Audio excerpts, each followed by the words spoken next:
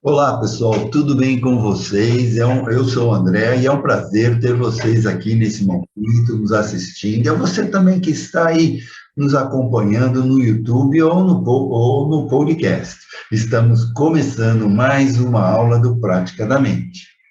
Hoje teremos uma roda de conversa com os participantes e com as nossas diretoras, a Lilian Fleig e a doutora Gisele Eugênio.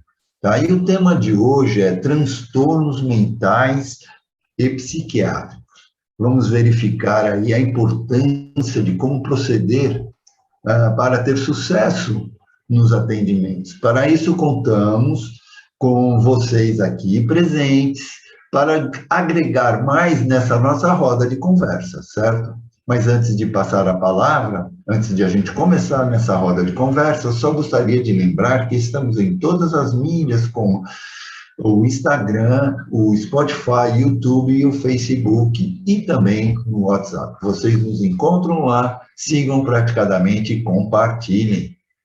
Línia, passo a palavra para você. Olá, pessoal. Boa noite a todos que estão aqui presentes.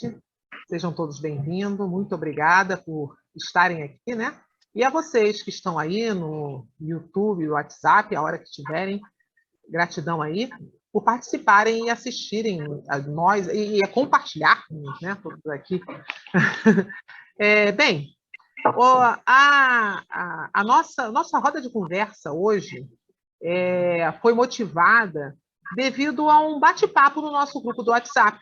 Como a Andrea falou já, vocês já devem ter visto, nós temos 2 grupos no WhatsApp de hipnoterapia e de hipnose.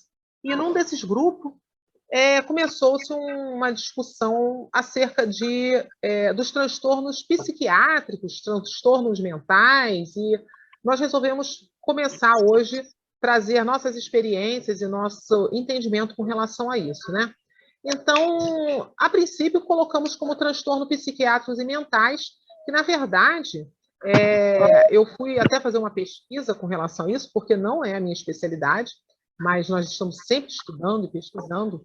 E transtornos psiquiátricos e transtornos mentais, a pequena diferença é que, normalmente, o psiquiátrico, a pessoa está tomando remédio, né? Que é bem importante, principalmente quando a pessoa está com um sintoma e atrapalhando mais a pessoa para que ela volte à sua normalidade, né? Isso na possibilidade do tratamento, através das terapias, a pessoa pode até não ter necessidade ou ter.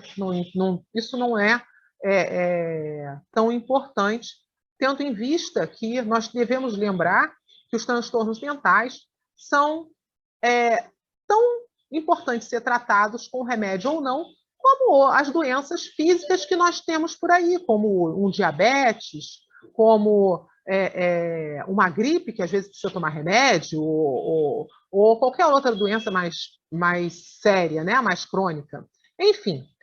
E nessa discussão também entrou os transtornos que nós chamamos de comportamento disruptivos, que são aqueles transtornos mais ligados a TDAH, ao TOT, né?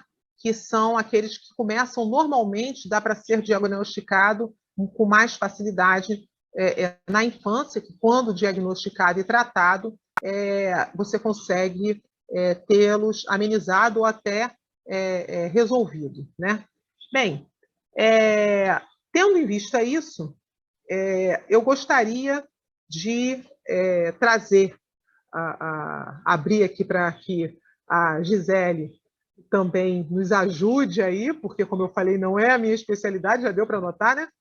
Então, contribuindo aí com relação a esses transtornos que tem várias influências, né, Gi, para que a pessoa, às vezes, desenvolva, né?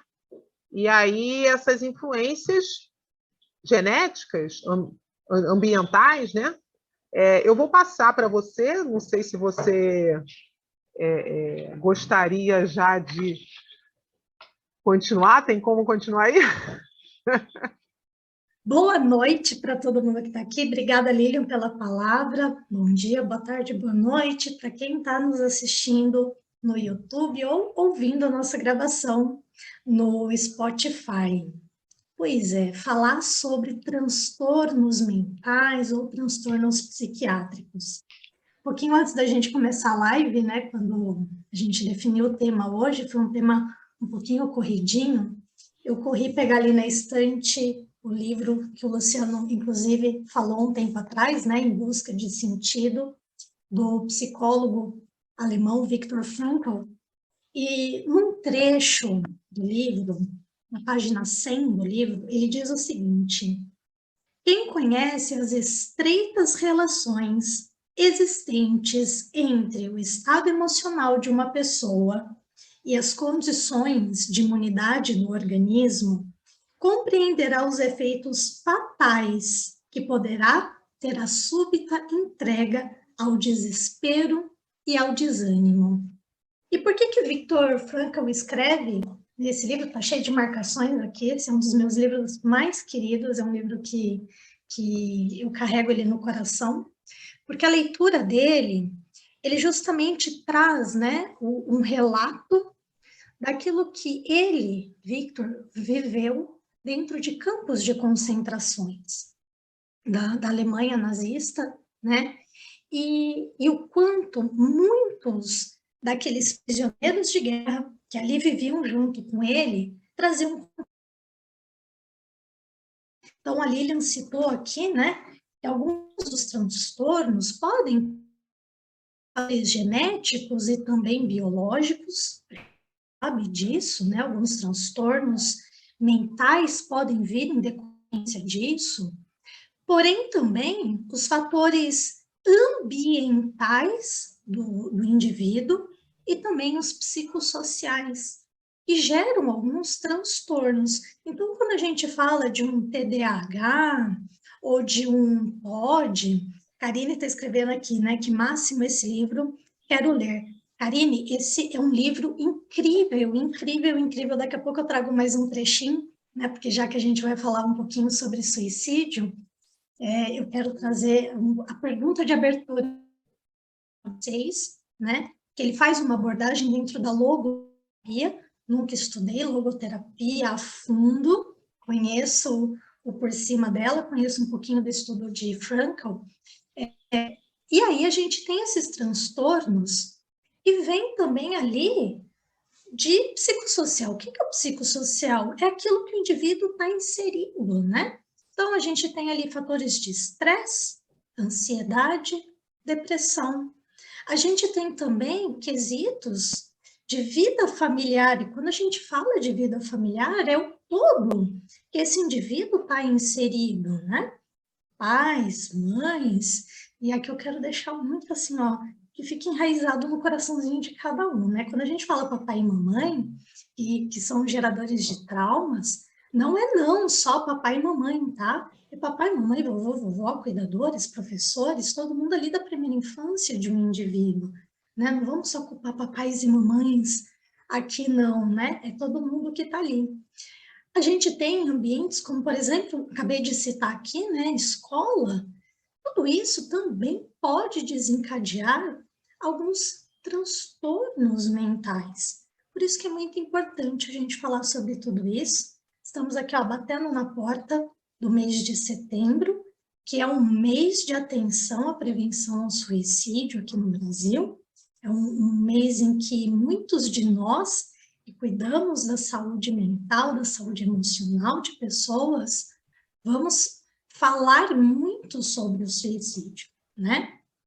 E a gente vai ter uma quantidade imensa de transtornos. Em uma hora aqui de live, é impossível falarmos sobre todos os transtornos mentais, né? Se a gente pegar lá o DSM-5, tem transtorno para mais de metro para a gente falar.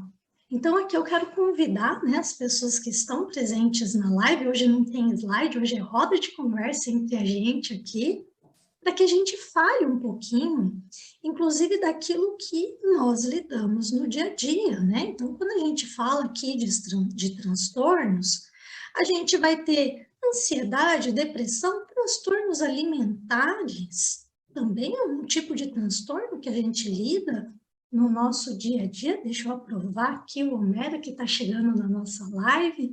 Seja bem-vindo, Homero. A gente vai falar um pouquinho, né? A gente pode falar um pouquinho de toque, de esquizofrenia.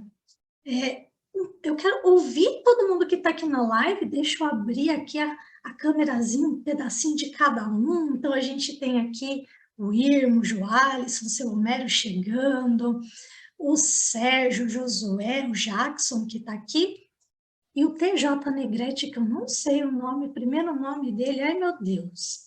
Eu quero ouvir um pouquinho de vocês aqui. Abram seus microfones para contar para a gente como que na prática de vocês lidam com isso, né? Se tem algum caso clínico que vem à mente de vocês como um caso clínico forte e que vocês queiram compartilhar. A esquizofrenia, né? Boa noite a todos. Boa noite. A esquizofrenia, por exemplo, eu tive no meu segundo curso com o Antônio Carreiro, ele sempre falava muito de esquizofrenia, né? Porque ele falava assim que assim, quando você coloca uma pessoa esquizofrênica em transe, ela é muito difícil de trazer de volta, né? E ele fala que tem uma técnica para trazer e tal, que você tem que tomar cuidado, não ficar na frente dessa pessoa que você está trazendo de volta, porque ele pode voltar agressivo e bater em você, né? Então o risco de você se machucar é muito grande. E ele fala um negócio muito legal, que o esquizofrênico entra em transe depois, não pela figura do hipnotista, mas pelo lugar que ele está, né? E eu tive no curso com ele, teve um rapaz esquizofrênico que acabou entrando em transe, e ele teve que fazer essa técnica de tirar a pessoa, ele tirou por trás, inclusive, e realmente o cara estava dando um murro no ar, né? E ele conseguiu trazer a pessoa do transe e colocá-la para fora da sala, e ele proibiu ela de entrar na sala até o final do dia. Porque ele falou, se ela entrar de novo, ela vai cair de novo em transe e vai dar mais trabalho ainda, porque agora ele sabe como eu fiz, ele vai me boicotar para trazer ele de volta.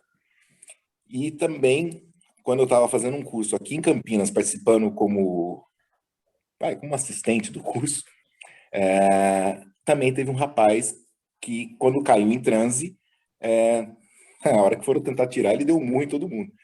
Aí eu falei, ó, é esquizofrenia, deixa que eu tiro. Fui por trás, fiz o mesmo procedimento do Carreiro, trouxe ele de volta, tirei da sala, né? Aí eu tirei da sala, coloquei para fora, falei, olha, você não pode entrar, tal. Aí os amigos dele foram reclamar com o professor, porque ele tinha pago o curso, ele ia ficar para fora e não sei o quê. O professor foi lá e trouxe o cara para dentro. Ele trouxe o cara para dentro, deu 2 segundos, o cara capotou de novo. Aí ele, oi, irmão, você ajuda? Eu falei, agora não, tira você. Eu avisei, agora tira você. Né? E aí foi um puta com quebra-pau para tirar o rapaz do transe de novo. Falei, então deixa ele aí de novo. Aí pediram para ele sair da sala, tudo mais. Então, assim, são coisas que você vai adquirindo vivência, você percebe, né? O esquizofrênico, ele entra em transe, depois que ele entrou a primeira vez, pelo lugar que ele está e não pela figura do hipnotista. E ele é agressivo, então você tem que tomar cuidado na hora que você vai trazer ele, porque ele te bate. Interessante isso. Eu sei que nós temos até uma live falando sobre esquizofrenia, que tem umas características peculiares, inclusive dependendo do nível, né? E se a pessoa está com tratamento ou não, né? E, normalmente o esquizofrênico ele tem uma relutância em tomar medicamento, porém o medicamento deixa ele equilibrado, se ele tomar e se ele, né, estiver dentro da medicação. O problema é que às vezes a pessoa não está, né? Nós não sabemos como está essa pessoa, né? Num ambiente normal assim, a gente não sabe, né? A Karine estava perguntando aqui no chat se esquizofrenia já é considerada uma doença psiquiátrica. Devido ao fato também de ter um medicamento, né? Então, assim, ela é uma das doenças psiquiátricas. Eu achei interessante que eu estava lendo um artigo em que estavam falando que no Brasil nós estamos liderando em ansiedade, porque a ansiedade, quando ela não é tratada também, ela desenvolve outros quadros, né?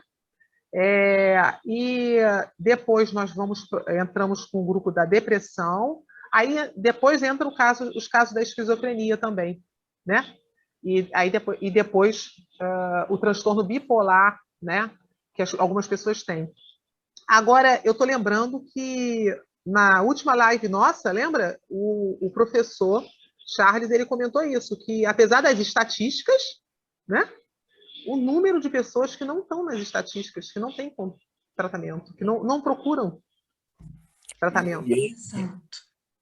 E uma vez eu estava aí no Rio e eu estava na Pavuna, eu fui visitar um cliente e estava descendo um rapaz e o cara que estava do meu lado gritou, fala maluco! Ele falou, eu ganho para isso! E saiu andando. Eu olhei pro cara e falei, que isso? Ele falou assim, não, é que ele é esquizofrênico, mas ele é bom, ele toma os remédios, ele é tranquilo. Só que quando ele sabe que vai vir fiscal, ele para de tomar o remédio e sai babando pela rua, pulando, fazendo escambau para manter ele afastado. Falei, ah, entendi. Meu Deus. Esse é o famoso brasileiro, jeitinho brasileiro, né? Eu gostei do negócio, eu ganho para isso. De fato, a esquizofrenia, né? É quando o indivíduo, eu vou chamar aqui de indivíduo, né? Ele está medicado, ele está em controle, claro que ele tem todo o direito à assistência, até para que haja um cuidado, como qualquer outro indivíduo tem direito à assistência, a uma terapia. A gente está num grupo aqui de grande maioria de hipnoterapeutas, né? Então, fazer ou não fazer uma hipnose nesse indivíduo, talvez não seja a melhor abordagem. Por isso que a gente bate um pouquinho na tecla, né? Que nós devemos estudar um pouquinho além do que só colocar em transe, fazer uma regressão e se prender a uma técnica como se aquilo ali salvasse todo mundo. Talvez esse indivíduo, ele não precise nem tratar as causas, as origens e tal, mas o acolhimento, alguém que o ouça, alguém que esteja ali presente por ele, como eu li naquele trechinho do livro, né? Para que não se agrave um problema, como, por exemplo, agora desencadear uma depressão ou desencadear uma crise de ansiedade a partir de algo que ele já tem ali, né? Então, o acolhimento por si só, né? Um acolhimento humanizado, de entender, então talvez não seja aquele acolhimento que você vai fazer ali, feche seus olhos, vou contar de 1 até 5 e acessa aí o trauma. Talvez não seja isso.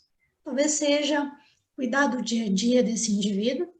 Eu lembro de um enteado de uma amiga minha, e que ele era esquizofrênico, medicado, e a única pessoa que ele respondia em momentos de crise era a minha amiga, a madrasta dele.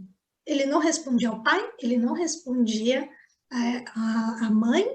Então, o jeitão que ela falava com ele, e eu lembro um dia eu estava na casa dela, nós estávamos estudando, colegas de faculdade, e ele chegou assim, o olhar dele, ela virou para mim e falou assim, super calma, ela falou assim, Gi, tá tudo bem, só desce.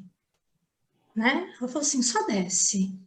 Quando eu olhei para ele, eu brinquei com ele me tudo, ele só respirava, eu desci, aí depois ela veio atrás de mim, ela falou assim, ele esqueceu de tomar a medicação. E ele já sabe que quando ele esquece, ele vem e me busca. Tipo assim, ele busca a figura dela para que ela o ajudasse. Controlou ele ali e tal. Ela falou assim, como o Irmo falou, né? Às vezes eles podem ficar agressivos. Então foi o cuidado dela, do tipo assim, vai lá para outra casa, me espera lá. Porque se ele ficar agressivo, ele ficar nervoso, alguma coisa, você está protegida, não vai acontecer nada com você. Nós só um pouquinho subimos, a gente comeu junto na mesa e tal. Ele estava ali já começando o efeito da medicação. Era um menino que convivia conosco, menino, mas na época ele já era moço, assim, ele tinha uns 17 anos já, né? A gente tinha quase a mesma idade, eu só era um pouquinho mais velha que ele, mas de boa, sabe? Então, é um indivíduo, porque às vezes a gente fala assim, não faz hipnose, não faz isso, parece que é um ser humano assim, né? Ou concurso, que é uma coisa de outro mundo. Não, não é isso. A pessoa estando bem cuidada, estando num equilíbrio medicamentoso, e, gente, vou bater nessa tecla. Eu sempre bato nessa tecla quando eu tenho essa oportunidade.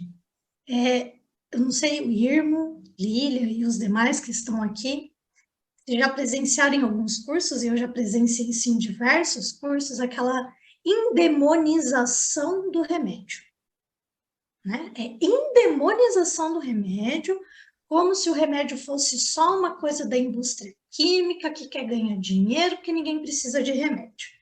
Eu lembro um dia que eu falei num curso, eu falei assim, olha, eu prefiro o meu cliente, o meu paciente, o meu amigo, o meu familiar medicado do que pulando de uma ponte e se matando. Então, eu não endemonizo nenhum remédio.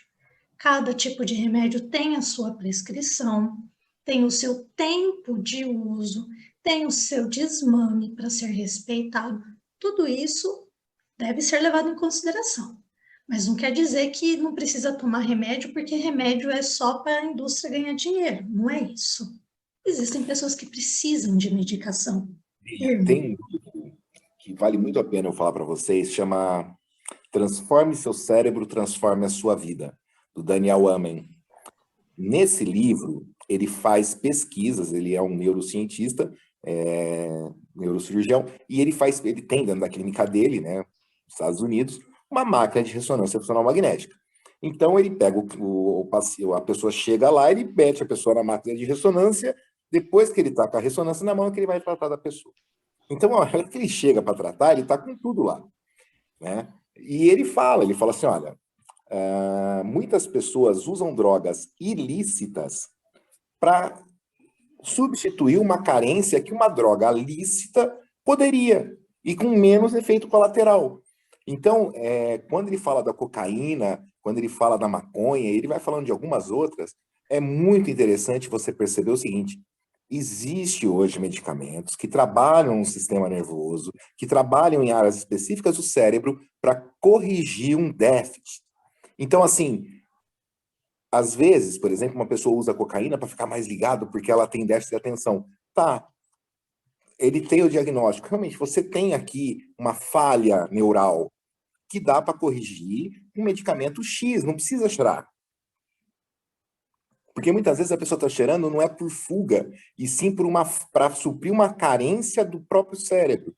E ele explica isso e mostra isso, né? Então, assim, vale a pena, às vezes, a pessoa que está mais interessada, dar uma estudada nesse livro, porque ele traz pesquisas muito ricas.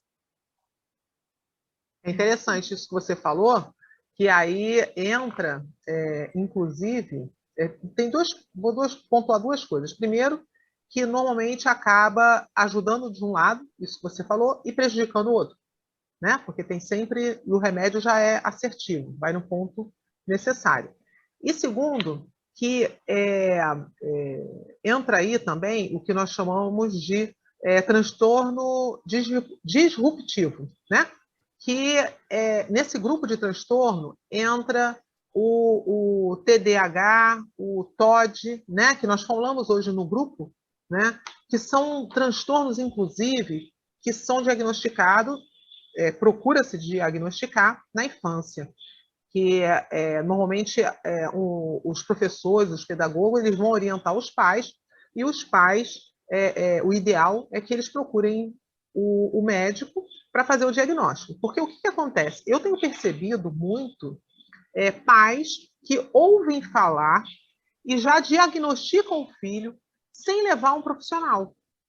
Mas, olha, o número de pessoas está muito grande. Dá Ritalina para ele. Dá Ritalina para ele. Está muito grande. Às vezes a criança ela só está necessitando gastar energia, porque nós sabemos que a criança tem que gastar energia, é normal, a criança ela está experimentando, ela tem toda uma fase que às vezes o adulto não está acostumado, e aí ele acha que não é normal, e aí ele vai e diagnostica. Essa semana mesmo, uma pessoa veio falar comigo, dizendo que o filho, que parecia que o neto, que a filha falou que o neto estava com TDAH e estava também com TOD e que estava com... Aí eu falei assim, tá, aí eu falei assim, é mesmo? Eu falei assim, qual o médico que ela procurou, né? Não, ela não levou no médico. Eu falei assim, mas como é que sabe? Ah, porque não sei quem falou, não sei quem falou, porque ele está assim, assado. Eu falei assim, tem que levar no médico. Porque às vezes é uma criança só um pouco mais agitada, que até uma idade a criança é bem agitada, né? Ou uma criança precisando de atividade, né? Então, me preocupa muito o número de gente que está diagnosticando como se fossem médicos, né? E aí eu conheço particularmente dois meninos que agora são adultos, que eles têm sérios problemas porque fizeram isso, inclusive deram remédios, e isso tudo desencadeou um quadro negativo nos meninos, né? Então, assim, eu peço muita atenção quando nós formos pegar uma pessoa que fale que é isso ou que é aquilo, a delicadeza de pedir a comprovação, se foi realmente no médico, se fez o exame. Hoje em dia estamos com a ciência mais avançada, a ciência consegue, os profissionais, né? Conseguem, vai em um, vai em outro, para se certificar e fazer o tratamento adequado, né? Eu acho Sim, isso bem até um importante. tempo atrás, nós tínhamos o Dr. Google, né? Agora a O gente tem o Sérgio botou agora, doutor Google. a gente tinha o Dr. Google. Sérgio, tem um que é pior do que o Dr. Google. Tem o Dr. Instagram. Ai, sim. Tem o Dr. Instagram. Porque o Dr. Google, ele só escreve, entendeu? Você lê lá um monte de coisa, às vezes ele vai trazer, de fato, o Dr. Google, ele é um pouco mais inteligente, entendeu? Porque ele capta algoritmos de lugares, algumas fontes até são meio confiáveis, né? Como, por exemplo, sites como Tua Saúde, site lá do, sei lá, do Drauzio Varela, que em teoria ainda são médicos, né? Então, o Dr. Google, ele não é confiável, porém o Dr. Google ainda é menos pior, não é que ele é melhor, ele é menos pior do que o Dr. Instagram. Porque às vezes você entra no Instagram e hoje eu me deparei com vídeos assim, uma pessoa te ensinando a diagnosticar autismo, para saber se seu filho tem autismo. Então, ó, ele vai ter isso, ele vai ter aquilo. Eu não entro em discussões com o doutor Instagram. Tipo assim, eu vejo e passo batido. Porque, por exemplo, um autismo, né, que antigamente a gente falava só autismo, hoje é TEA, que é o transtorno de espectro autista. Porque ele é tão gigantesco que hoje é um espectro. A pessoa pode ter um negocinho, ela já está dentro do espectro. Agora, não quer não dizer que porque tem isso, está no espectro. Porque não tem nada a ver uma coisa com a outra, a não ser diagnosticado, testado por um médico psiquiatra. Eu tenho pacientes dentro do espectro autista no consultório que foram uma batelada de exames até o médico dizer para o pai e para a mãe, olha, tanto o menino quanto a menina, um casal, eles têm uma deficiência no gene X, essa deficiência coloca eles dentro do espectro autista, então eles têm TDAH, eles têm TOC, eles têm um monte de coisa, tudo junto, né? Então, são crianças que cada um tem uma particularidade no seu atendimento. Uma gosta de falar de livros e não sei o quê, o outro gosta de falar de matemática. Aí ele fala de matemática com a minha pessoinha, que é um pouco desafiante na matemática. Mas a gente conversa de matemática com ele, porque ele gosta disso, a gente se conecta com aquilo que o paciente... Esses são meus pacientes odontológicos, eles não são pacientes de terapia, não. Então, assim, a pessoa entra no Instagram ou entra num grupo de WhatsApp em que todo mundo fala sobre aquela determinada doença e pronto, agora todo mundo é apto a diagnosticar. Então, isso que a Lilian falou, ela é muito importante, porque a gente está aqui falando de esquizofrenia, de TEA, de não sei o quê, mas tem muita gente que chega para mim e fala assim, eu tenho ansiedade, eu tenho depressão. E a gente falou agora há pouco, né? O Brasil aí lidera ranking de pessoas ansiosas e depressivas. Sim, lidera. Mas depressão não é uma tristezinha. Tristeza é tristeza, depressão é depressão. Há casos de depressão, há casos de ansiedade que o indivíduo deve ser medicado. Então, não sou eu como terapeuta que vou medicar. Não é o Irmo, não é a Lilian, não é o seu Homero, Josué, Josemar, não é nenhum de nós aqui que vai medicar. Tampouco somos nós quem vamos diagnosticar. A gente precisa ter essa delicadeza. Está estampado que é um negócio para a gente, porque a gente estuda. A gente se interage e tira dúvidas, a gente tem um grupo do WhatsApp, que ali a gente, do Praticadamente, que a gente conversa, tira dúvidas e tudo mais, porém não somos nós que diagnosticamos. E isso é algo muito sério, que às vezes a gente vê por aí, a pessoa já chega falando, porque tem isso, tem isso, tem isso. Tem um caso. Tá, assim, os sinais claros de uma pessoa com crise de ansiedade e tudo mais, eu virei para a mãe, eu falei, você vai levar essa pessoa no médico. Mas diz ele, você acha que precisa? Aí foi no médico, aí o médico falou que era uma crise de ansiedade, tarará, tarará. Aí a mãe me ligou. Ela falou assim, ele falou que era uma crise de ansiedade. Eu falei assim, beleza. Agora o médico explicou para vocês que é isso. Então agora nós vamos trabalhar isso, porque não era a demanda. Mas tudo que a menina trazia para mim era muito claro que estava ligado a uma crise de ansiedade. Já estava indo para distúrbio alimentar, já estava indo para problemas de socialização na escola. Então, a gente precisa ter cuidado e não pode sair rotulando. Não é nosso papel como hipnoterapeutas, os psicólogos. Vai lá, irmão. Então, Gisele, tem uma coisa muito interessante nesse livro que me chamou muita atenção. O Dr. Daniel Amen, ele trabalha muito a questão das crianças, né? Quando criança, caiu, bateu a cabeça. Muitas vezes caiu, bateu a cabeça, ficou um pouquinho zonzo, o pai vê ali, não aconteceu nada, não leva para fazer exame nenhum, e vida que segue. Ele falou assim, muitos do que eu pego na clínica hoje, com vários que chegam aqui falando que é transtorno disso, transtorno daquilo, quando eu faço a ressonância magnética, eu descubro que tem uma lesão naquela área oriunda de uma queda. Aí é óbvio, às vezes a pessoa caiu com 5, 6 anos, ela está com 35, 40, ela não vai lembrar que caiu, bateu a cabeça, né? Mas dá para ver o machucado. Então, quando você vê isso, você já sabe que não é problema de um transtorno, é um problema fisiológico. Então, tem que suprir essa carência desse cérebro.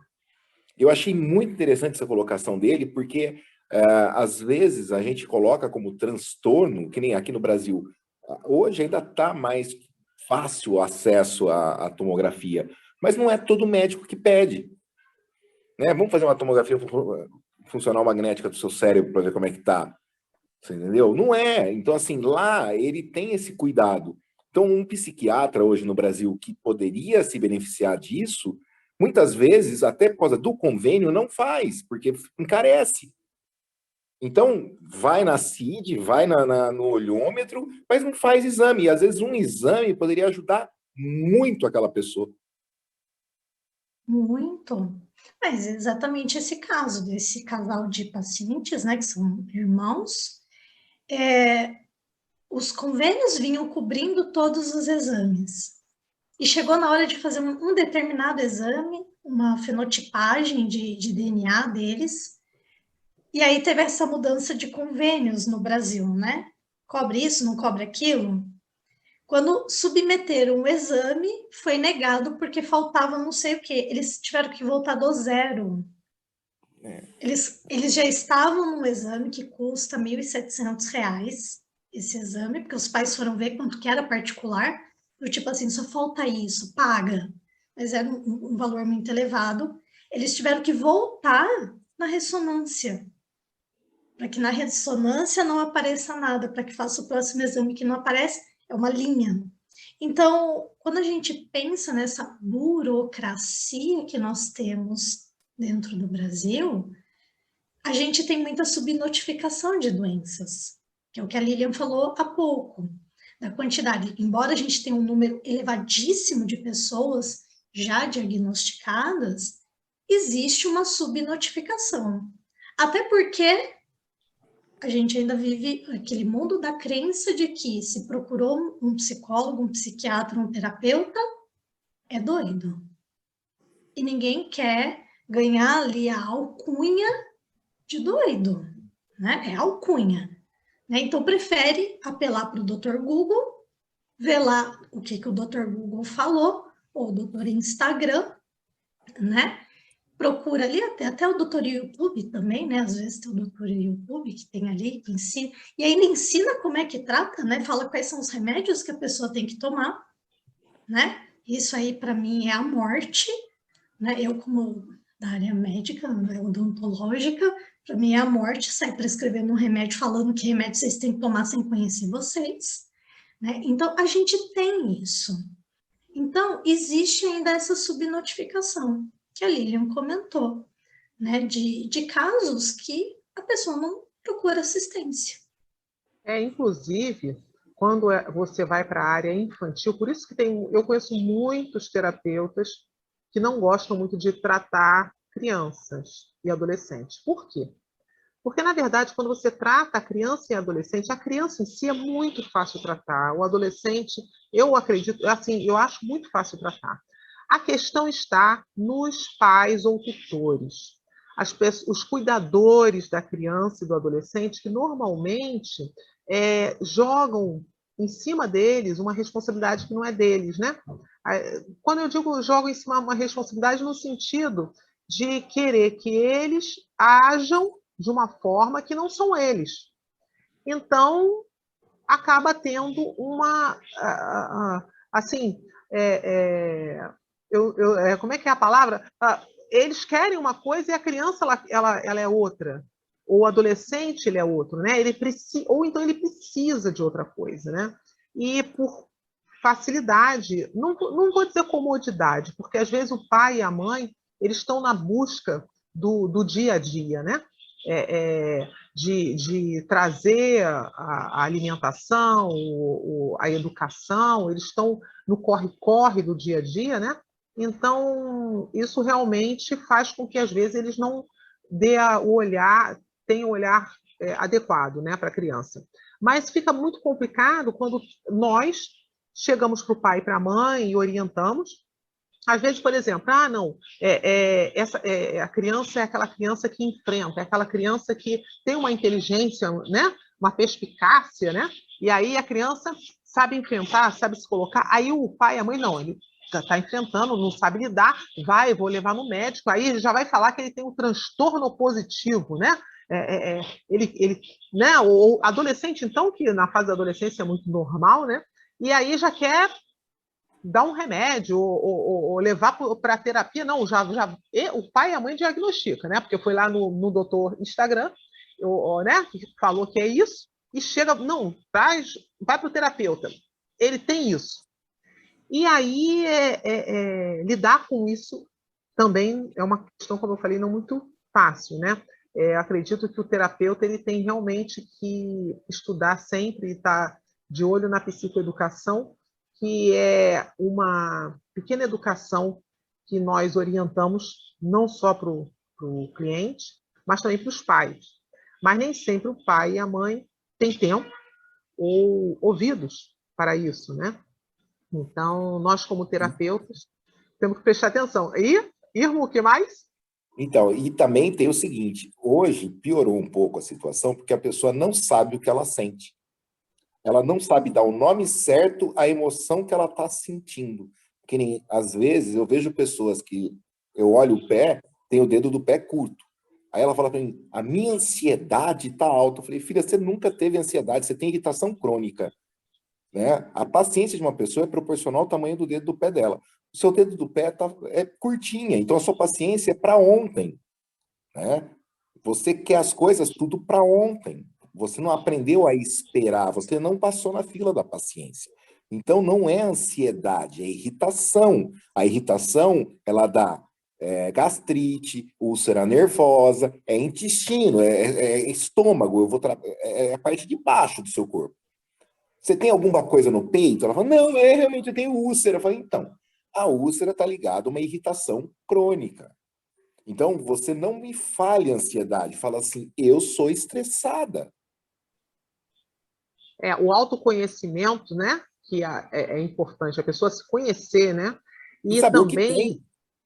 isso daí você me fez lembrar que tem um pesquisador, eu não vou lembrar agora, que faz muito tempo que eu vi, um médico, que ele estava justamente estudando isso. Ele percebeu que as crianças hoje, elas reconhecem pouco, se reconhece as emoções dela e, inclusive, não conseguem identificar, muitas vezes, na fisionomia do outro, a emoção do outro. Porque, às vezes, aquela pessoa ela está triste e a criança ela não consegue identificar se aquilo é uma tristeza ou é raiva ou o que é.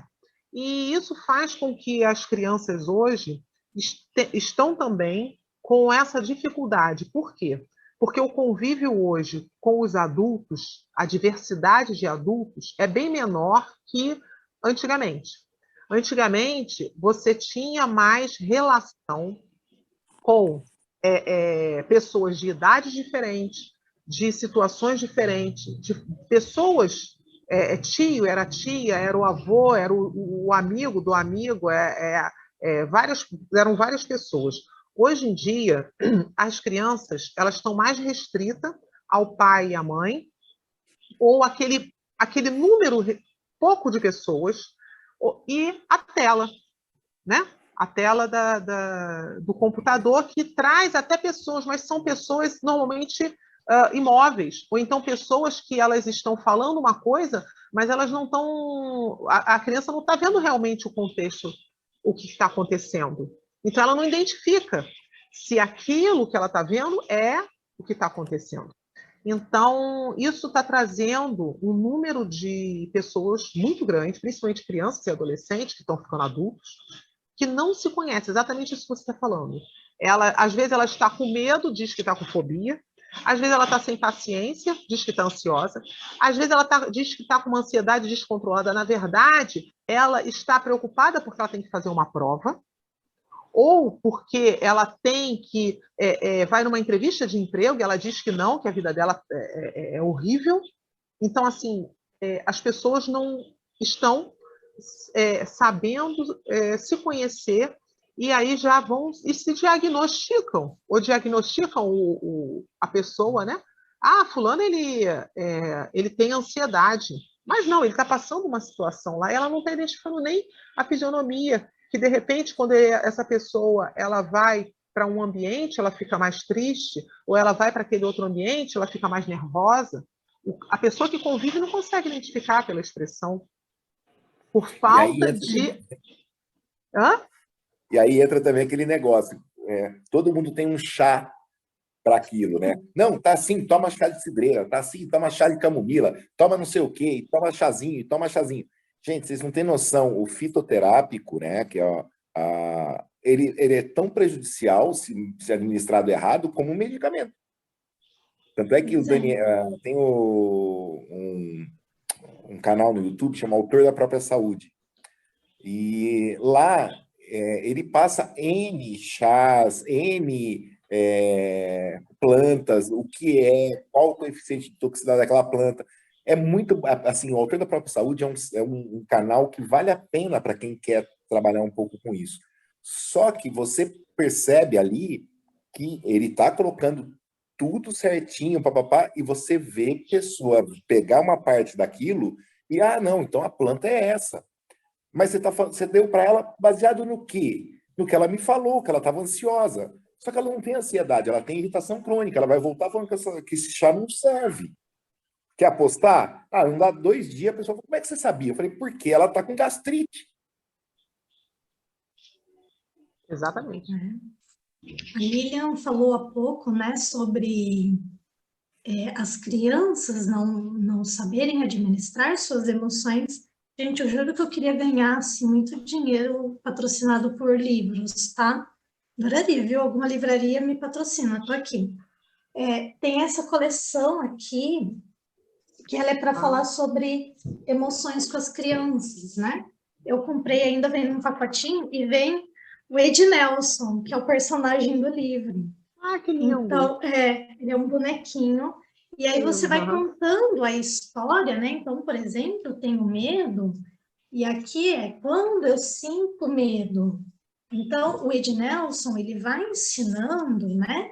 Então, por exemplo, a primeira parte aqui, então, tem várias figuras, né? Então, a figura do soldado, a figura da criança, da vovó, do rei, né? Então, quando todo mundo tem medo, mesmo que isso seja um grande segredo, ele vai contando as historinhas.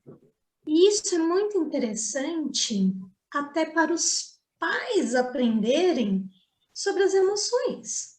Porque tem muito adulto que não sabe falar de emoção, né? Há pouco o Irmo falou assim, a pessoa chega e não sabe se quer dizer o que ela está sentindo, né? Ela não sabe dizer assim, eu tô com medo, eu tô triste, eu tô com raiva, né? Eu não sei se acontece com vocês, mas acontece muito comigo.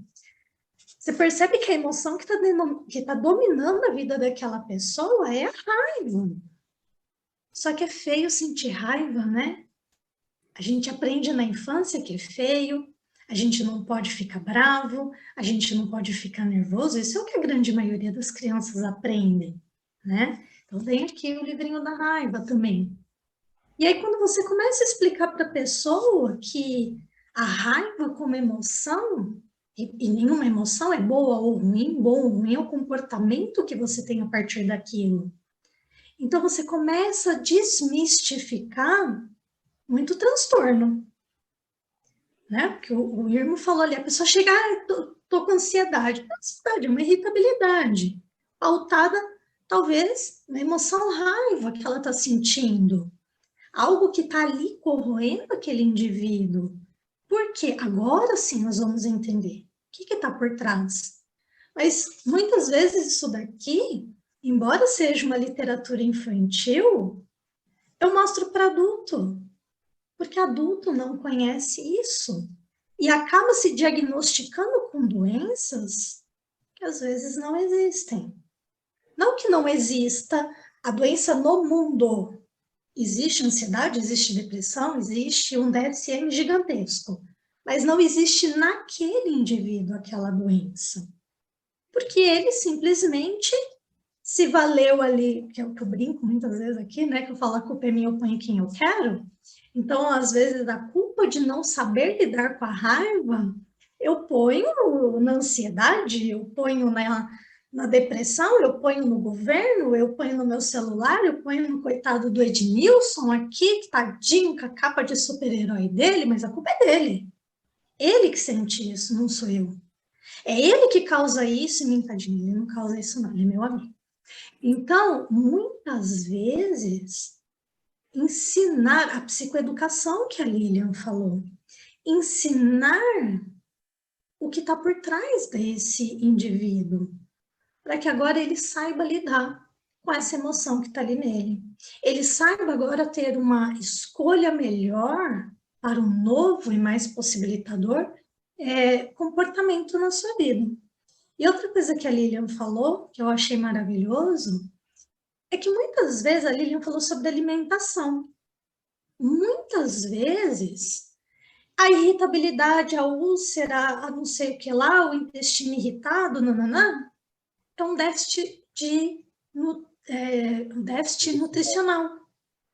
É um indivíduo que está com baixas vitaminas ou excesso de vitaminas, não sei. Não entendo isso, não faço essa parte aqui. Eu entendo o mínimo necessário para poder indicar para quem faz essa parte. Mas, às vezes, o equilíbrio nutricional do indivíduo aquela irritabilidade vai embora. Há alguns dias eu recebi até um texto, não vou me lembrar o autor do texto, me perdoe, se eu achar aqui, depois eu ponho lá no grupo, mas mostrando várias questões emocionais que estão ligadas à desidratação. Falta de água no organismo. Gente, isso é muito legal. É assim, é 1 litro d'água a cada 25 quilos. Se a pessoa tiver o dedo longo, agora, se a pessoa tem o dedo do pé curto, é 1 litro d'água a cada 20 quilos. Então, às vezes, a pessoa vira para mim e fala assim, eu tomo água. Falei, quanto você toma? Ah, eu tomei 2 litros. Ótimo. Só que o seu dedo do pé é curto nele. Você está pesando 100 quilos, você tem que tomar 5 litros. Então, você está faltando água em você. E o seu cérebro trabalha com ligação eletroquímica, né? Então, o que acontece? Para que um elemento químico consiga transmitir a eletricidade, ele precisa de água. Então, a falta de água no seu cérebro está dificultando as suas próprias sinapses. E a pessoa não entende isso. É um negócio básico, né? Mas Deixa eu tirar uma dúvida. Exatamente no que você está falando. O feijão tem água, a fruta tem água. Também soma, não soma? Boa noite a todo mundo. Soma Boa ou noite, soma? mas não é suficiente. Mas é Ah, bem ok. pouco, Vila. Não, tudo bem, mas soma também. Já pensou com É como se você falar assim, você respira, o oxigênio tem água. que Ainda é pouco. me faz imaginar 3 garrafas PET cheias de água. Eu já tomei chá, já tomei café, já tomei leite, daí olha aquelas 2 garrafas PET com 2 litros de água. Aquilo dá um revertério, não dá? Dá. Mas você não Olha precisa só, tomar, pensa. você não precisa tomar uma vez, você vai tomando ao longo do dia. E você tem Sim. que ver o seguinte: quando você toma chá, isso tudo, isso vai ter que ser filtrado para o seu organismo usar. Já quando você toma água, você está Boa. eliminando muito trabalho do seu corpo para ele usar logo aquilo ali mais puro. É como falar assim: olha, eu vou te dar isso aqui, não dá água, não vai funcionar. Você vai estar sacrificando outras partes, né, do corpo. Um exemplo clássico é cerveja. A cerveja, se você parar para ver, ela é praticamente água, né? Ela tem baixo teor alcoólico e muita água.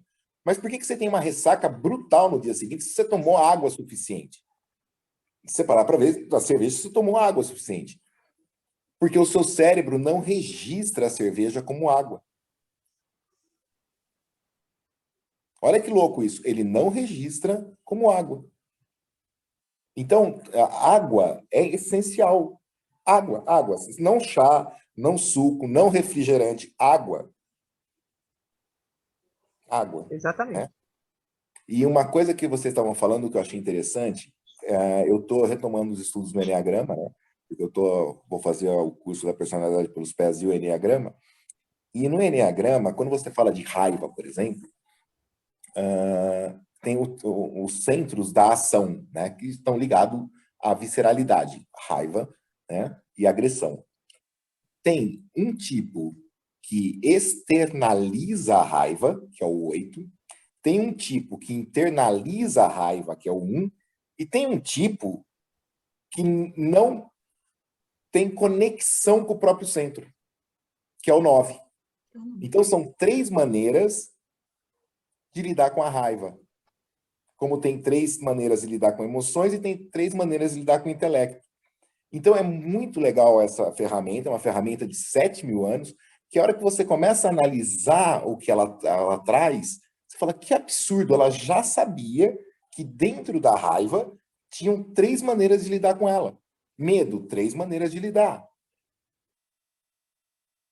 Então, você não pode chegar e falar, que nem o Dr. Google, o Dr. Instagram, ele generaliza. E não dá para generalizar. Que nem medo. Tem o fóbico e o contrafóbico. O fóbico, quando tem medo, paralisa. O contrafóbico, quando sente medo, ele se joga. Por isso que esporte radical você vai achar muito contrafóbico. Porque o fóbico para, ele trava. Mas o contrafóbico vai e faz. Os dois têm medo, só que um para e o outro faz. Olha que louco. Né? Então, assim, os transtornos que a gente tem, que vocês estão trazendo, é muito legal, mas, assim, quando você começa a analisar o quanto de autoconhecimento e ferramentas de autoconhecimento você tem, e que às vezes a pessoa nem sabe que existe, e que poderia mudar a vida dela, né? Para que ela, pelo menos, pudesse falar para mim, eu sinto medo, ou eu estou agoniado, agonia. A pessoa não sabe o que é agonia. Agonia não Explicar. é angústia. Agonia é uma outra coisa. E tem um outro detalhe. A pessoa, se ela não tiver em condição física adequada, ela vai sentir. Então, por exemplo, se ela não dorme direito, ela fica mais suscetível a ter raiva, ciúme, medo. Se ela não se alimenta direito. Então, assim, as funções básicas, né, que é dormir, se alimentar, atividade física. Quando você faz essas coisas, você entra em equilíbrio. Quando você não dorme direito, ou não faz atividade física, a sua alimentação, a pessoa come muito, mas ela come muito alimentos não são balanceados, não são adequados para a atividade dela. Ela naturalmente vai ficar mais irritada, ou ela vai ficar às vezes mais cansada. Às vezes o cansaço é a falta de atividade física, ou o cansaço é a alimentação, né? Então, assim, se a pessoa não olha para isso, ela não se conhece, né? Como é que você vai se diagnosticar? Não, Né? e tem Como é que mais, que nem o André estava falando da água. Existe um termo chamado enfesado. Né? Uma pessoa enfesada. Uma pessoa enfesada, você olhou para ela, você sabe que ela não toma água. Exatamente. Exato. Exatamente. A ideia de fazer contraponto não quer dizer que eu não concorde, eu só estou fazendo advogado do diabo, entendeu? Sim. Para a gente poder Sim. discutir o assunto. Mas eu conheço, por exemplo, pessoas que não, pelo menos não demonstram esse enfesamento todo, mas são rígidas, são enérgicas, e ela não bebe água de jeito nenhum. Inclusive, ela desenvolveu o tubo de carpo e uma espécie de fibromialgia. E não dá nada nos exames dela. Ele fala assim, bebe água. Não consigo. Bebe água. Então, aí Ah, outras partes do corpo vão secando, ressecando. O corpo da gente, ele vai se adaptando dentro né, vamos dizer assim, da inteligência dele, ele vai se adaptando ao meio e ao que nós colocamos dentro dele, né? Então, cada pessoa reage de um jeito. Né? Tem pessoas que, ao não beber água, vai ter problema no rim. Tem pessoas que só vão ficar ressecadas, pele seca, com má circulação, né? Enquanto outros vai ter problema no rim, porque não bebe água. Então, assim, cada um vai ter uma característica de acordo com o corpo, o funcionamento do corpo, assim como nós reagimos ao se deparar com determinadas situações. Às vezes, 5 pessoas que passam um assalto no mesmo lugar, do mesmo jeito, cada uma vai reagir de um jeito. Assim é o nosso corpo. Cada organismo reage de um jeito, né? E nós, como terapeutas, temos que decifrar o enigma. E aí eu ressalto a boa e velha máxima da PNL, né? Eu saio da PNL, mas a PNL não sai de mim, gente. Que o André tá rindo ali. qualquer coincidência é mera semelhança. Mera semelhança. Na PNL a gente tem um dos pressupostos que diz, né? Corpo e mente formam um só sistema e ambos se influenciam, né? Então, o corpo, a hidratação do corpo, o exercício físico, o condicionamento, a sua relação com sua imagem física vai interferir na sua mente. E tudo aquilo que está passando na sua mente, né? As ansiedades, as irritabilidades, as agonias, só para citar algumas palavras que nós utilizamos ao longo da nossa noite, também vai influenciar o corpo desse indivíduo, né? Para quem estuda um pouquinho, não vou não entrar nesse assunto, porque senão dá mais uma live, mas para quem estuda um pouquinho, né, os traços de caráter, eu sei que o Irma estuda isso também, né, os traços de Reich, a gente tem ali o corpo transparecendo memórias, né? Então, os que são agora muito magros, outros que vão ser mais obesos, tudo isso com uma interligação com alguns traumas de infância. Vou trazer alguém que fale sobre isso com a gente aqui, né, na live, que fale uma live inteira sobre traços de caráter. Não vamos não entrar aqui, até porque nosso tempo já está meio corridinho. Irmo, você está mudo? Sim, está mudo. Está mudo, Irmo. Está mudo, Irmo. Está mudo!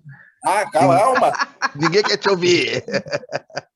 Eu recomendo, gente. Eu já falei com a Débora Damasceno, ela topou, só falta assim, a gente definir com ela horários, porque os horários dela são meio corridos.